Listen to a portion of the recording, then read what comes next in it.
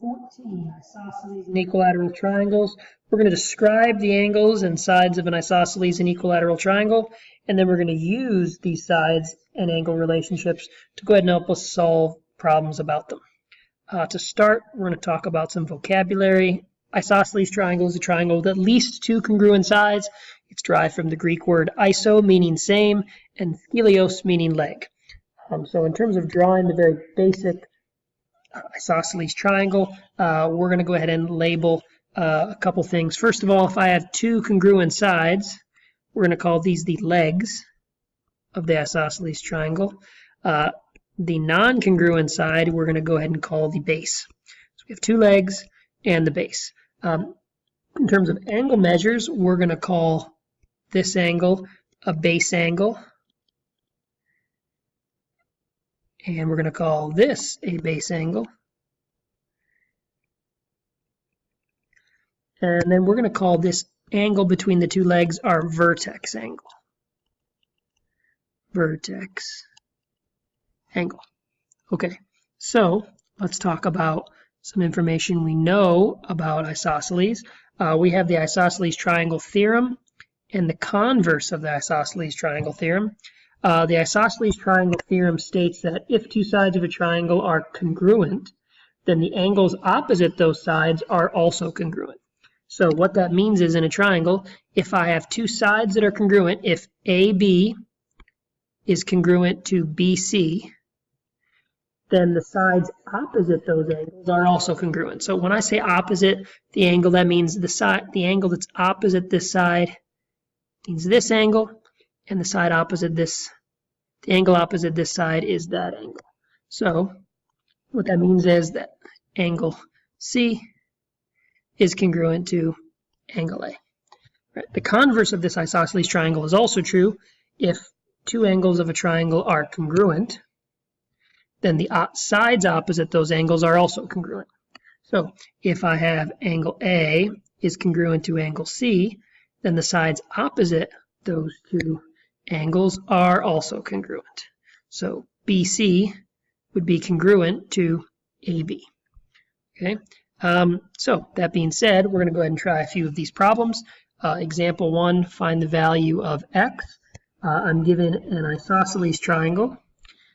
From that, I know that if I have two sides of an isosceles triangle congruent, that must mean that the base angles are also congruent. So that means this unknown side here is 28 degrees. Well, inside a triangle, using my triangle sum theorem from the previous section, we know that all the angles of the triangle, 28 plus my expression 5x plus 9, should be equal to 180 degrees. So solving this down, times 5x plus 65 equals 115. Therefore, x is equal to 23. Okay.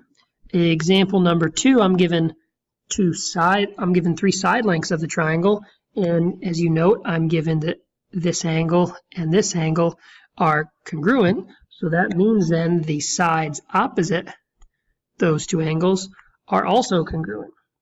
So what that means is 8x minus 1 must be congruent to 4x plus 5. This is technically the converse of the isosceles triangle theorem. It's stated up there. So solving this down, subtract 4x, add 1. So therefore x is equal to 3/2 or 1.5.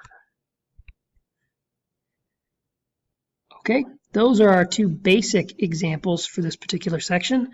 I'm going to go down to example number 3 on the bottom of page 4. Example number 3, we're going to have to reason abstractly. If ABC is an isosceles triangle with vertex angle B, and AB equals 5x minus 28, AC equals x plus 5, and BC equals 2x plus 11, determine the lengths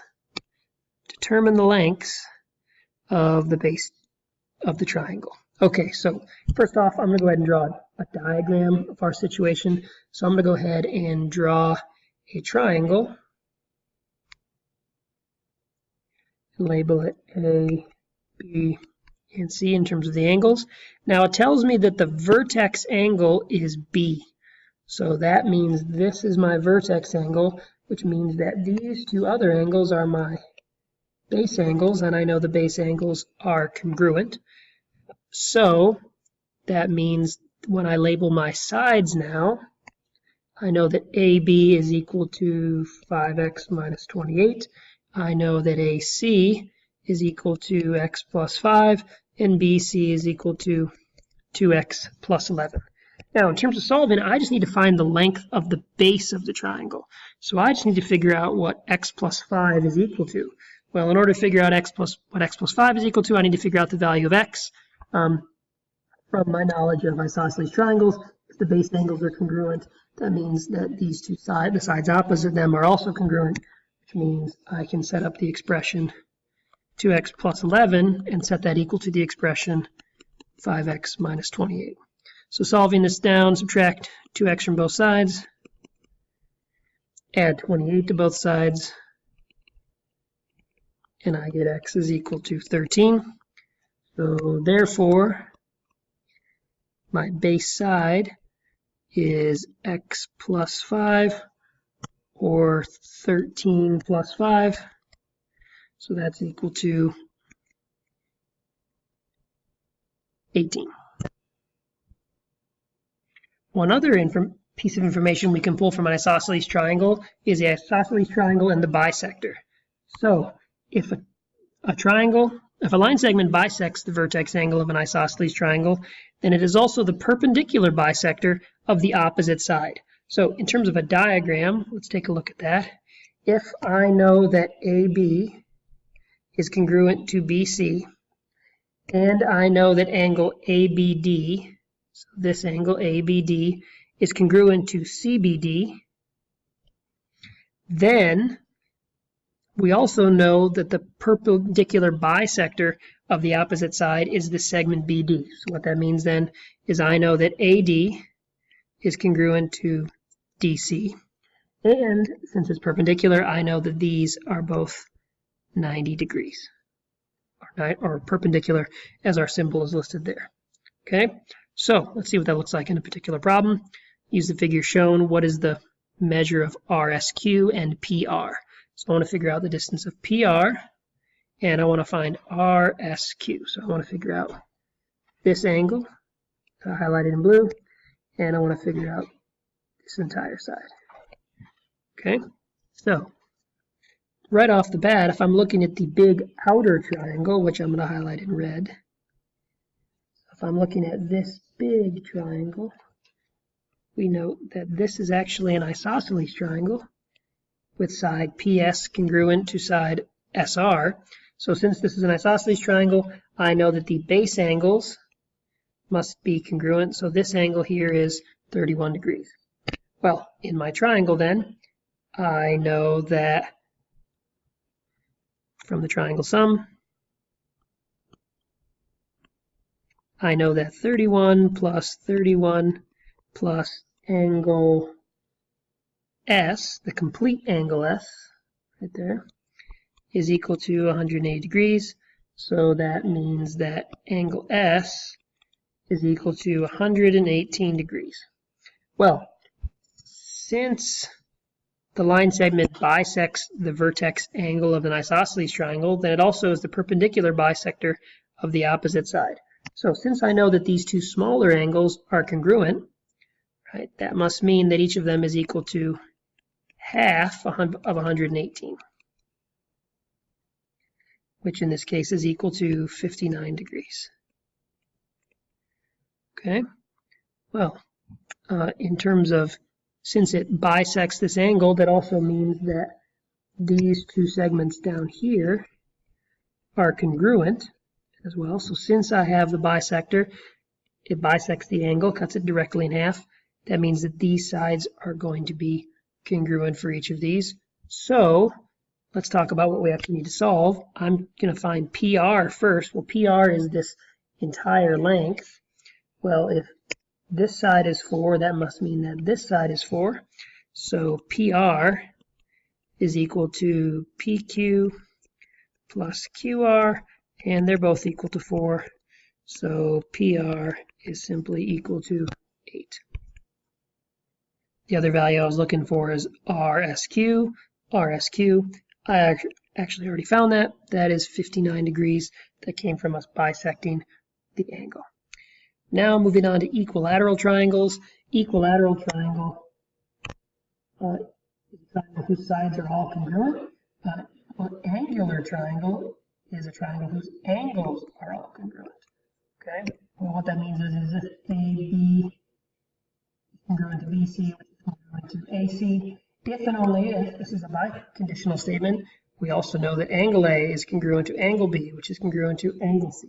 Now, if all these angles are congruent, notice they will all equal 60 degrees. 60 plus 60 plus 60 equals 180 degrees.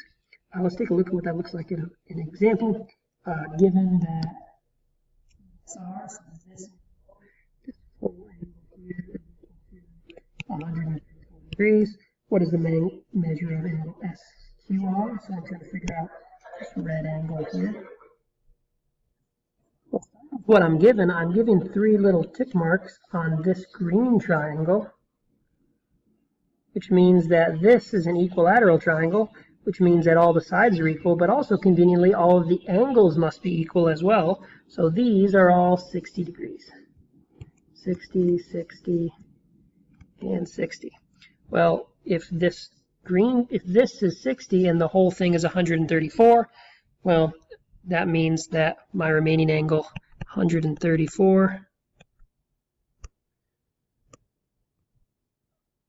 So that means 134 minus 60 is equal to 74 degrees. So this angle is 74 degrees. Well, why is that useful? Well, if I redraw the triangle QSR,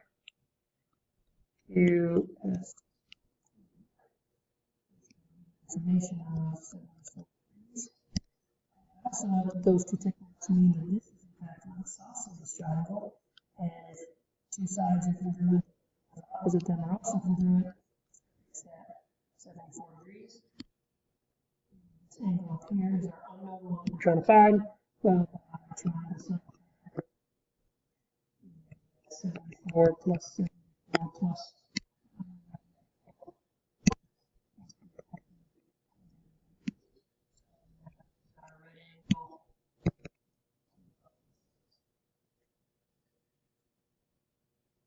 148 equals 180. So that means our red angle is equal to 32 degrees. So we found the red angle, which is what we're looking for.